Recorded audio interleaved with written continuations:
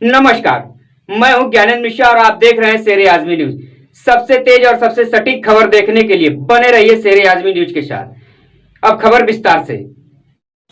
नमस्कार दोस्तों, मैं हूं ज्ञानेंद्र मिश्रा और मैं खड़ा हूं आजमगढ़ जिले के कलेक्ट्रेट ऑफिस के सामने। ठीक हमारे पीछे जो आप बिल्डिंग देख रहे हैं, यही डीएम साहब का कार्यालय, डीएम साहब यहीं बैठते हैं। आज जो हमारे पीछे आप भीड़ देख रहे हैं, ये भीड़ आज इसलिए इकट्ठा हुई है कि आज से कुछ दिन पहले मौर्य दंपत्ति जो आजमगढ़ के अरौला में पड़ता है, और वहाँ मौर्य दंपत्ति को अगवा करके उनकी हत्या कर दी गई थी। उस मामले में एफआईआर भी दर्ज हुआ, और लेकिन आज तक कोई कार्रवाई नहीं हुई।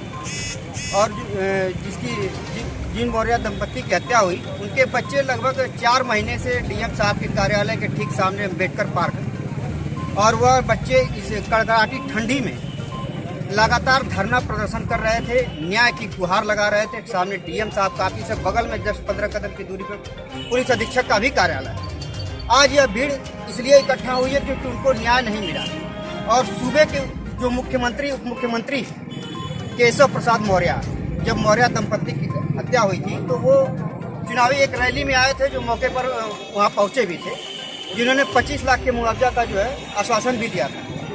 इन सब चीज़ों को लेकर के आज ये लोग आज डीएम साहब कार्यालय पर पहुँचे और धरना देने के लिए बाध्य हुए हैं। हम इन लोगों से बात करेंगे कि जो दिक्कत या परेशानी क्या आई, कि जो डिप्टी सीएम जो आपको आश्वासन दिए या जिला प्रशासन की तरफ से आश्वासन मिला, उस पर क्या हुआ कार्रवाई, सर बताइए। मेरा नाम महावीर प्रसाद मौर्य। इंद्रपाल मौर्य, शकुंतला मौर्य 14 जून को किडनैप कर 16 जून को जनता इंटर कॉलेज अंबारी के पास लाश फेंक दी जाती है।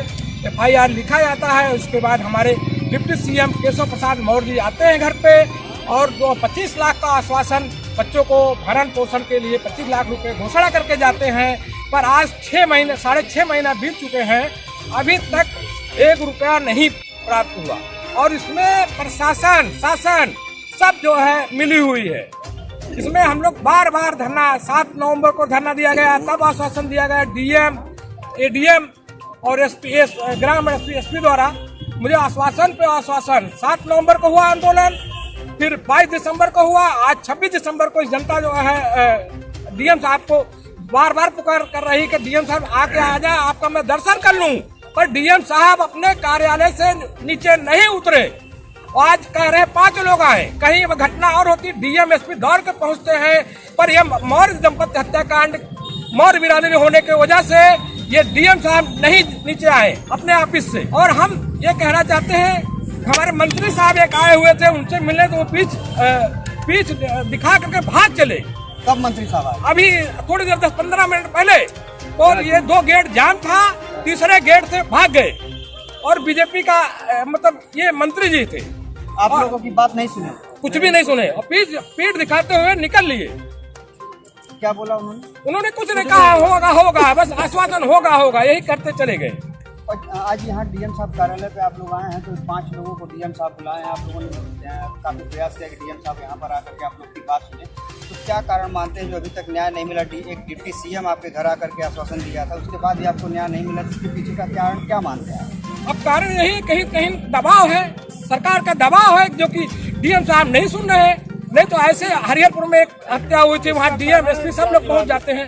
जांच बात की सरकार जो देखी जा रही, पर हमें जनता से रिक्वेस्ट है कि हम आंदोलन ये लड़ते रहेंगे।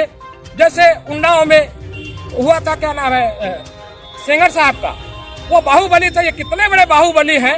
हम जनता से अपील करेंगे, हम भी लड़ाई लड़ेंगे, इसी तरह लड़ते रहेंगे। और कब तक डीएम साहब 6.5 महीने बीत चुके हैं। डीएम साहब ने यही कहा कि हम आप लिख के दे दीजिए एक लाइन कि हमारे बस का नहीं है।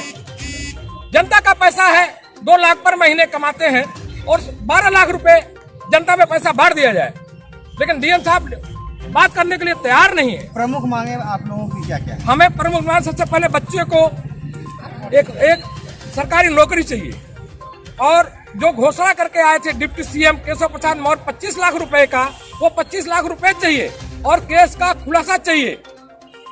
अपराधियों को फांसी सजा दी जाए तत्काल।